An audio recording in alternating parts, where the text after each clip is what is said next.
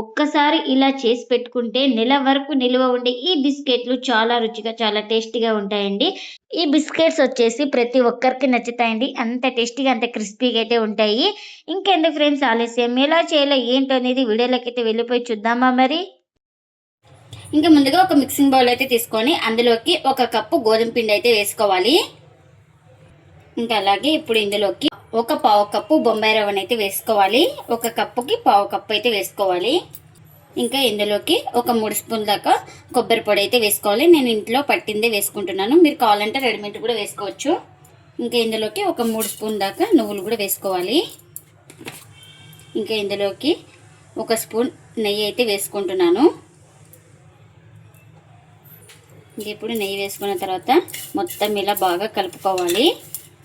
మనకు ఈ పిండి చుడితే ఉండలాగా వచ్చే వరకైతే నెయ్యి వేసుకుంటూ కలుపుకోవాలి.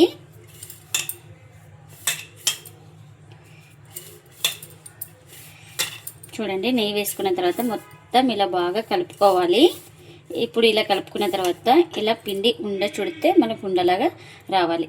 చూడండి, పర్ఫెక్ట్గా సరిపోయింది నాకు ఇక్కడ నెయ్యి అయితే. ఇంకా ఇప్పుడు దీన్ని పక్కన పెట్టేసుకుందాం. ఇంకా ముందుగా స్టవ్ అయితే ఆన్ చేసుకొని ఒక కడాయి పెట్టుకొని అందులోకి 1/2 కప్పుకి కాస్త తక్కువ పంచదారని అయితే వేసుకోవాలి. మనం షుగర్ ఏ దాంతో తీసుకున్నామో అదే దాంతో వాటర్ కూడా యాడ్ చేసుకోవాలి. ఇంకా మనకు ఈ షుగర్ పాకమే మాత్రం లేదు, కరిగే వరకు అయితే కరిగించుకోవాలి. ఇంకా చూడండి, పంచదార అయితే మనకు బాగా మెల్ట్ అయిపోయింది కదా. ఇప్పుడు స్టవ్ అయితే ఆఫ్ చేసుకొని ఇంకా మనం ఈ పాకాన్ని అయితే కొంచెం కొంచెం వేసుకుంటూ పిండిలోకి అయితే కలుపుకోవాలి. చపాతీ పిండి సాఫ్ట్ ఎలా ఉంటుందో అలా వచ్చే వరకు అయితే కలుపుకోవాలి. ఇంకా వేడిగా ఉంటుంది కాబట్టి ఫస్ట్ స్పూన్తో అయితే ఇలా కలుపుకుందాం. మొత్తం ఒకటేసారి వేస్తే మనకు పిండి అనేది లూజ్గా అయిపోతుంది. చపాతీ పిండి ఎలా కలుపుకుంటామో అలా వచ్చే వరకు అయితే కొంచెం కొంచెం పాకం వేసుకుంటూ కలుపుకోవాలి.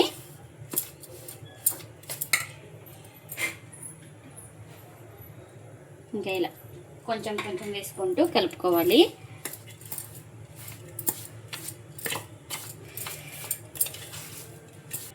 ఇంకా నాకు ఇక్కడ మొత్తం పాకం అయితే వేసుకున్నానండి, పర్ఫెక్ట్గా సరిపోయింది నాకు. ఇక్కడ నేను తీసుకున్న క్వాంటిటీకి అయితే పాకం అయితే కరెక్ట్ సరిపోయింది.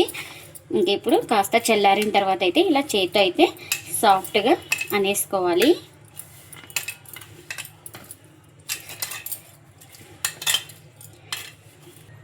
ఇంకా ఇలా సాఫ్ట్గా నానబెట్టేసుకున్న తర్వాత ఇంకా ప్లేట్ అయితే పెట్టుకొని ఒక 10 నిమిషాలు రెస్ట్ ఇస్తే మనకు రవ్వ అనేది బాగా నానుతుంది.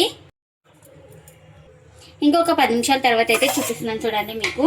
ఇంకా ఇలా పిండి సాఫ్ట్గా ఉండాలి.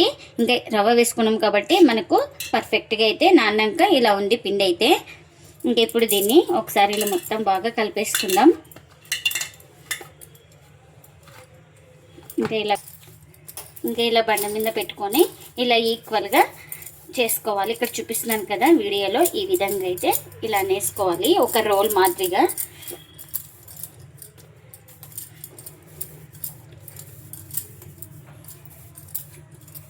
ఇంకా చూడండి, ఈ విధంగా అనేసుకుంటే చాలు మనకు. ఇంకా ఇలా అనేసుకున్న తర్వాత ఇక్కడ చూపిస్తున్నాను చూడండి, ఈ విధంగా అయితే కట్ చేసుకోవాలి. ఇక్కడ 1 ఇంచు ఇలా పెట్టేసుకొని ఇలా కట్ చేసుకోవాలి. క్రాస్ టైప్లో కట్ చేసుకోవాలి, ఈక్వల్గా కాదు, క్రాస్లో కట్ చేసుకోవాలి. అప్పుడే మనకు ఈ షేప్ అనేది చాలా బాగుంటుంది. చూడడానికి కానీ తినడానికి కానీ చాలా ఇష్టపడతారండి ఇంట్లో వాళ్ళందరూ.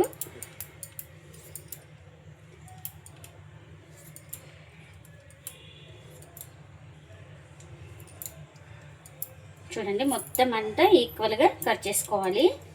అన్నీ ఒకటే లెవెల్గా కట్ చేసుకోవాలి. ఇంకా ఇప్పుడు ఒక్కొక్కటి ఇలా తీసుకొని ఇక్కడ చూపిస్తున్నాను చూడండి, ఇలా కొంచెం లైట్గా ప్రెస్ చేసుకోవాలి. ఇలా ప్రెస్ చేసుకున్న తర్వాత ఇలా అడ్జస్ట్ చేసుకోవాలి, ఒక ఈవెన్గా వచ్చేలాగా. ఇలా ఇక్కడ వీడియోలో ఏ విధంగా చూపిస్తుందో అదే విధంగా చేస్తే చాలా బాగుంటాయండి. ఇలా ఇక్కడ కూడా ఇలా ఈక్వల్గా అనేసుకోవాలి. చూడండి, ఇంకా ఇలా చేసుకున్న తర్వాత ఒక ప్లేట్లోకి అయితే తీసుకుంటున్నా. చూడండి, ఇలా ఫస్ట్ ఇలా బాగా ప్రెస్ చేసుకోవాలి, ఈక్వల్గా వచ్చేలాగా ఇలా ప్రెస్ చేసుకున్న తర్వాత ఇక్కడ ఏమన్నా అడ్జస్ట్ చేసుకునేది ఉంటే ఇలా అడ్జస్ట్ చేసుకోండి. ఇక్కడ మనకు ఇలా పొడవుగా రావాలి. ఇక్కడ చూపిస్తున్నాను కదా, ఈ విధంగా అయితే ఉండాలి. ఇంకా మొత్తం అయితే అన్ని ఇలా రెడీ చేసి పెట్టేసుకున్నాను. ఇంకా నేను ఇక్కడ ఆయిల్ కూడా హీట్ చేసుకున్నాను. ఆయిల్ కూడా హీట్ అయింది మనకు. ఇంకా ఇప్పుడు ఒక్కొక్కటి ఇలా నిదానంగా వేసుకోవాలి.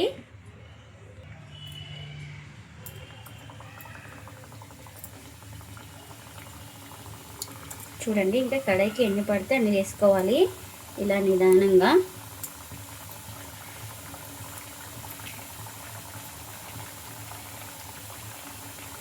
ఇవి ఒక సైడ్ కాలిన తర్వాత మరోవైపుకి అయితే టర్న్ చేసుకోవాలి.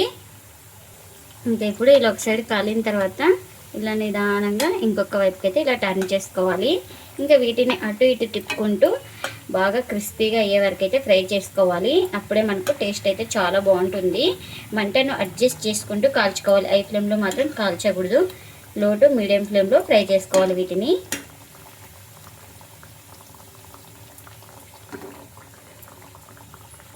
ఇంకా అటు ఇటు తిప్పుకుంటూ ఇలా మంచి కలర్ వచ్చే వరకు అయితే ఫ్రై చేసుకోవాలి. ఇంకా ఇవైతే రెడీ అయిపోయినాయి కదా, ఇంకా ఇలా రెడీ అయిపోయిన వాటిని ఒక ప్లేట్లోకి అయితే తీసుకుందాం.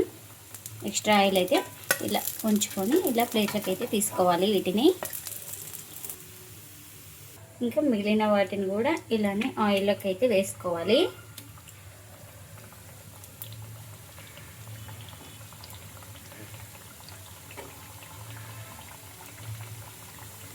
ఇంకా వీటిని కూడా ఒక సైడ్ కాలిన తర్వాత మరోవైపు అయితే టర్న్ చేసుకోవాలి.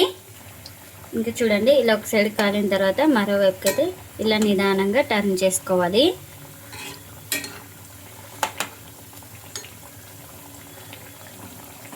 ఇంకా వీటిని కూడా అటు ఇటు తిప్పుకుంటూ మంచి కలర్ వచ్చే వరకు అయితే ఫ్రై చేసుకోవాలి. ఎన్నైతే అన్నీ ఇలానే కాల్చుకోవాలి. రవ్వ గోధుమ పిండితో ఎంతో టేస్టీగా ఉండే ఈ బిస్కెట్లు చాలా రుచిగా చాలా టేస్టీగా అయితే ఉంటాయండి. ఈ బిస్కెట్లు వచ్చేసి చాలా రుచిగా చాలా టేస్టీగా అయితే ఉంటాయి. ఈ బిస్కెట్లు వచ్చేసి ఇంట్లో వాళ్ళందరికీ నచ్చుతాయండి. అంత టేస్టీగా అయితే ఉంటాయి. ఇంకా మనకు ఇవి ఎప్పుడు కావాలంటే అప్పుడు ఈజీగా చేసుకోవచ్చు. అచ్చం బేకరీ స్టైల్ లాగే ఉంటుంది. చూడండి ఎంత బాగున్నాయో. ఇంకా చూడండి, మీకైతే చూపిస్తాను. చాలా బాగా ఫ్రై అయి ఉంటుంది చూడండి. చాలా క్రిస్పీగా కూడా ఫ్రై అయిపోయినాయి. మనకు ఈ బిస్కెట్లు అయితే నెల వరకు నిల్వ ఉంటాయండి. అంత టేస్టీగా అయితే ఉంటాయి.